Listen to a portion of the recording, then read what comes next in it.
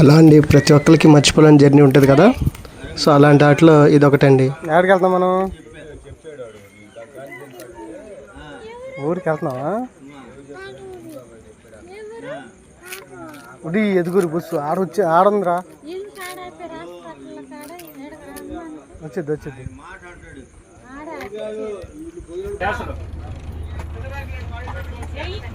బాగుందా seat? So మేమైతే వెలంగిని వెళ్తామండి.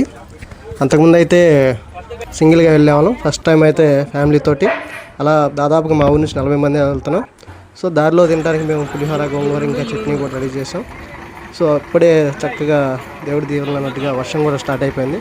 సో ఈ జర్నీ అయితే చాలా బాగుంటుంది. సో అందరూ హడావుడిగా సీట్ల కోసం అయితే చూసుకుంటున్నారు. సో మా మేనేజర్ రాహుల్ గారు కూడా అందరూ వచ్చారు చెక్ చేసి సో ప్రయాణం అయితే స్టార్ట్ చేశారు. ఇంకెవరో మర్చిపోయినట్టున్నారు. ఇంకా సిద్ధు సీతార్ అయితే చక్కగా స్లీపింగ్లోకి వెళ్ళిపోయారు.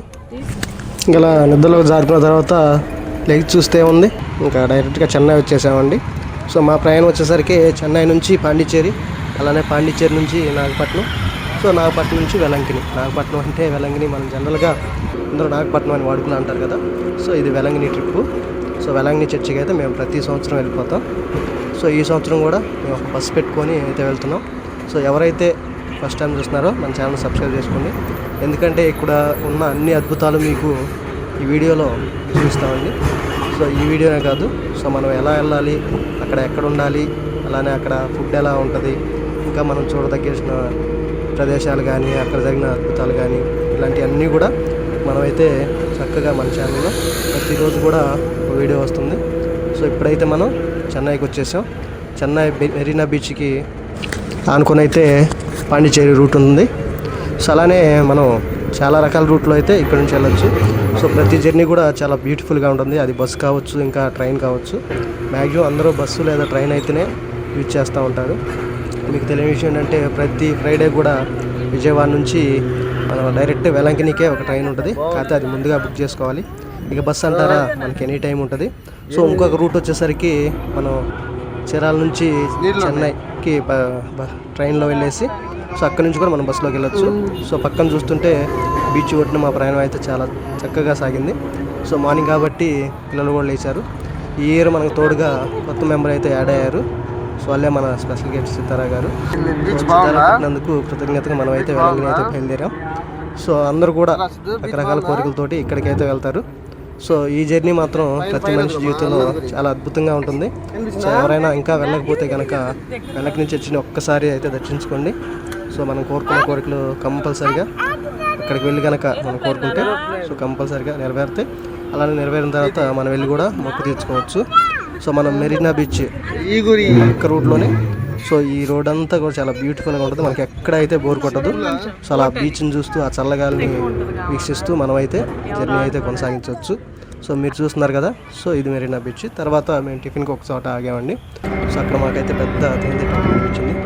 ఇక తర్వాత మార్నింగ్ కాసేపు సితారాతోటి గేమ్స్ అయితే స్టార్ట్ చేసాం. సో మనకైతే సితారా టిఫిన్ పెట్టేస్తుంది. సో ఈ జర్నీ అయితే మాకు చాలా అంటే చాలా బ్యూటిఫుల్గా ఉంది. సో అందరూ కూడా చాలా హ్యాపీగా ఫీల్ అవుతున్నారు. సో మార్నింగ్ కదా ఇంకా టిఫిన్ చేసి మా జర్నీ అయితే మళ్ళీ స్టార్ట్ చేసేసాం. సో ఇంకేంటంటే అక్కడున్న విశేషాలని మనం ఒక వీడియోలో చూపించడం చాలా కష్టం. సో అందుకే ప్రతి ప్రదేశాన్ని కూడా మనం అన్ని వీడియోల్లో రూపంలో మనం అయితే కవర్ చేస్తున్నాం. సో ఇట్లా ఈ చెన్నై అంటే ఇది అప్పటి నుంచో రాజధాని కదా, మన వాళ్ళు రాష్ట్రం విడిపోక ముందే రాజధాని కాబట్టి కొంచెం మనకి అయితే డెవలప్ ఏరియాలో కనిపించింది. అలానే బీచ్ పక్కన చాలా ఖాళీ ప్రదేశాలు చాలా అంటే చాలా ఆహ్లాదంగా అయితే అనిపిస్తున్నాయి. ఇంకా మా జర్నీ వచ్చేసరికి చాలా సింపుల్గా స్లోగా అయితే సాగింది. ఎందుకంటే మేము మధ్యలో చాలా ప్రాంతాలు కూడా చూసుకొని వెళ్దాం అనుకున్నాం. అలానే అక్కడ మహాబలేశ్వరం ఇలా ఊళ్ళో అయితే మేము కవర్ చేయాలనుకున్నాం. సో సమయాన్ని బట్టి పిల్లలు ఉన్నారు కాబట్టి సో ఆ ఉద్దేశంతో మనమైతే కొంచెం అక్కడక్కడ ఆగుతూ సో మనకు కావాల్సినవన్నీ తీసుకుంటూ మనమైతే జర్నీ స్టార్ట్ చేసేసాం. సో ఈ రూట్ వచ్చేసరికి చెన్నై నుంచి పాండిచ్చేరి వెళ్తుంది. మళ్ళీ పాండిచ్చేరి నుంచి మనం వెలంగినికి అయితే వెళ్ళొచ్చు. ఈ బస్సు జర్నీ చేసే వాళ్ళు కూడా మనం డైరెక్ట్గా బుక్ చేసుకుంటే కనుక పాండిచ్చేరి నుంచి అయితే మనకి అవైలబుల్ అయితే ఉన్నాయి బస్సులు. అలానే అక్కడ నుంచి మనం డైరెక్ట్గా వెలంగినికి కూడా బస్సులు అయితే ఉంటాయి. సో ట్రైన్ జర్నీ అయితే చాలా బ్యూటిఫుల్గా ఉంటుందని అంటారు. సో కాకపోతే లగేజ్ మార్చుకోవడం పిల్లలతో ఉన్నప్పుడు మనకి బస్సు జర్నీ అయితే ఈజీ. మాకు బస్సు అంటే చాలా తక్కువ కాస్ట్ పడిందండి. ఆల్మోస్ట్ 2500లోనే మాకు ఈ ట్రిప్ అంతా కూడా కంప్లీట్ అయిపోతుంది. ఇంకా అక్కడ మిగతా ఖర్చులు ఉంటాయి కాబట్టి అవి మనయే. సో మా సితార అయితే ఫుల్ ఎగ్జైట్ అనమాట. సో ఫస్ట్ టైము మనం భయపడ్డాం. సో వీళ్ళు బస్ జర్నీ అంత దూరం ఎంత టైము ఎట్లా చేస్తారా అని. బట్ అంతమంది మన వాళ్ళే కాబట్టి సో చాలా హ్యాపీగా ఫీల్ అయ్యారు. సో మధ్యలో మహాబలేశ్వరం చూసి సో అక్కడ మనకి చాలా అయితే వింతలు అయితే ఉన్నాయి. కాకపోతే అప్పటికే లంచ్ టైం కాబట్టి మేమైతే కొంచెం త్వరగానే చూసేసుకొని బయలుదేరేస్తాం. సో మరో వీడియోలో ఇవి కూడా చూపిస్తాము. సో అది చూపిస్తున్నారు కదా అక్కడ. సో అది వచ్చేసరికి క్లాక్ టవర్. సో ఇక్కడ చాలా రకాల చిత్రాలు అయితే మనకి వాళ్ళు చెక్కడం మనం చూడొచ్చు. సో ఎలాంటి వింతలు చాలా అయితే ఉన్నాయి. సో అవి చూసుకొని మేమైతే అక్కడ లంచ్ అయితే చేసేసాం. సో అక్కడ నుంచి ఆల్మోస్ట్ ఇంకా పాండిచ్చేరి చాలా దగ్గరలో ఉన్నట్టే. సో మనం అయితే ఇంకా అక్కడ వాటర్ మనకు కావాల్సిన సామాన్లు మొత్తం మళ్ళీ ఒకసారి తీసేసుకొని సో ఆ విగ్రహాలని మొత్తాన్ని జాగ్రత్తగా చూసేసుకొని అక్కడి నుంచి అయితే మనం బయలుదేరేస్తాం. మధ్యలో మా సిద్ధు మా నాన్న అయితే చాలా హ్యాపీ. సంవత్సరంలో ఒకసారైనా సరే ఇలాంటి ట్రిప్ వేయటం చాలా అవసరం మనిషికి. సో మనసు చాలా అంటే చాలా ప్రశాంతంగా ఉంటుంది. సో తర్వాత అక్కడ నుంచి మా నాన్న చిన్న షాపింగ్ అయితే చేశాడు. సో క్యాబ్ బాగుంది అంటే పెట్టేసుకొని అలానే మా సిద్ధుకి కూడా ఇంకో క్యాబ్ కొన్నాడు. సో మా వాడు మంచి బౌలర్ అలానే బ్యాట్స్మెన్. సో ఇది ప్రజెంట్ మనం శ్రీలంక దగ్గరికి వెళ్తున్నాం కాబట్టి సో బౌలర్కి నచ్చిన మలింగ క్యాప్ అయితే మనం కొనేసాం. సో అక్కడ నుంచి ఇంక అందరూ ఇంకా మళ్ళీ తిరుగు ప్రయాణం మొదలు పెట్టామని చెప్పేసి రండి వెళ్దాం పాండిచ్చేరికి టైం అవుతుందని ఇంకా బస్సు ఎక్కేసాం. సో ఇక్కడ నుంచి మనం పాండిచ్చేరిలో చాలా ఇంత ప్లేసులు చాలా ఉన్నాయి, చర్చిలు కూడా చాలా ఉన్నాయి. పూర్తిగా ఆధ్యాత్మికంగా ప్రయాణం చేస్తున్నాం కాబట్టి సో మనం చర్చిలకే ప్రిఫరెన్స్ ఇచ్చాం ఎక్కువ. సో చూస్తే మనకి నది ఇంకా సముద్రం కలిసిన ప్లేస్లు చాలా ఉన్నాయి. ఈ మధ్యలోనే మనం రెగ్యులర్గా వంటల్లో వాడే ఉప్పు ఉంది కదా, అది తయారు చేయడం కూడా మేము దగ్గర నుంచి చూసేసాం. సో అరౌండ్ 3 to 3:30 మధ్యలో అయితే మేము పాండిచ్చేరిలో ఒక ఫేమస్ చర్చికి అయితే వెళ్ళాం. సో ఆ చర్చి చాలా ప్రాచీనమైంది. సో అక్కడే మనకి భోజనాలు కూడా పెట్టేశారు వాళ్ళే. సో ఇది వచ్చేసరికి ఫ్రెంచ్ వాళ్ళు అయితే దీన్ని డెవలప్ చేశారు. దీని వెనకాలే ఫ్రెంచ్ కాలనీ అని కూడా మనం చాలా రకాల మూవీస్ అయితే చూసుంటాం. సో ఆ ఫ్రెంచ్ కాలనీ కూడా వెనకే ఉంది. ఇట్లా పాండిచ్చేరిలో చాలా చర్చిలు అయితే ఉన్నాయి. సో ఈ చర్చి చాలా అంటే చాలా విశేషమైన చర్చి. సో ఇక్కడ అప్పటి చిత్రాలు కానీ సో విగ్రహాలు కానీ చాలా ఉన్నాయి. ఇంకా సితార అయితే ఆ చర్చిలో ఫుల్ జోష్ అవుతుంది.